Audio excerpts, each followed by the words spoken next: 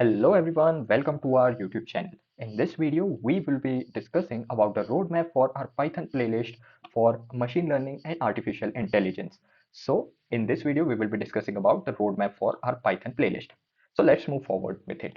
So first of all, before starting with the roadmap, I want to tell you that how this playlist is different from other YouTube playlists.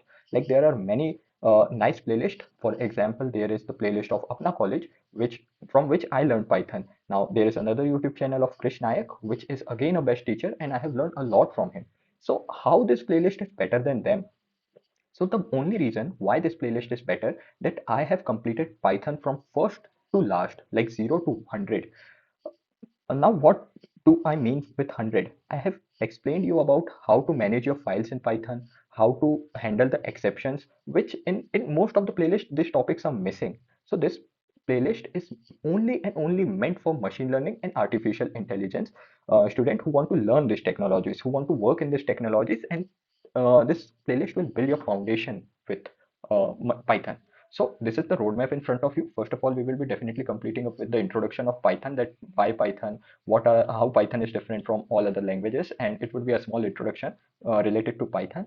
Second topic, we will be studying about all the print statement, input functions. Yeah, these are some basic topics that you should know, and this will be used somewhere in the upcoming videos. Then we will be discussing about the variables and the data types, like what are the variables and what are the data types in Python. Then we will be moving towards the basic data types in Python, like Boolean, integer, float, and all these kinds of data types. Then the next thing we will be learning about is operators.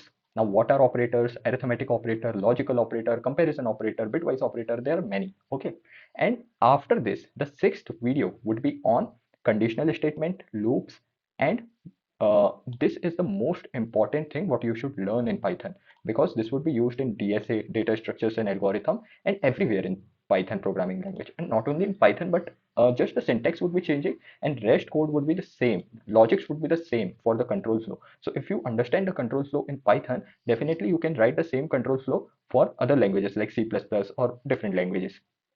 After this, we would be learning about built-in data structures. Now, what is built-in data structures? They are list, tuples, dictionary, sets. All these are the built-in data structure. So seventh video would be on built-in data structure. The eighth video would be for functions in Python. Now, what are functions? How to use these functions? What is lambda function, filter, map, reduce? All these types of function. Also, we would be discussing about the inbuilt function and how to create our own function for the Python.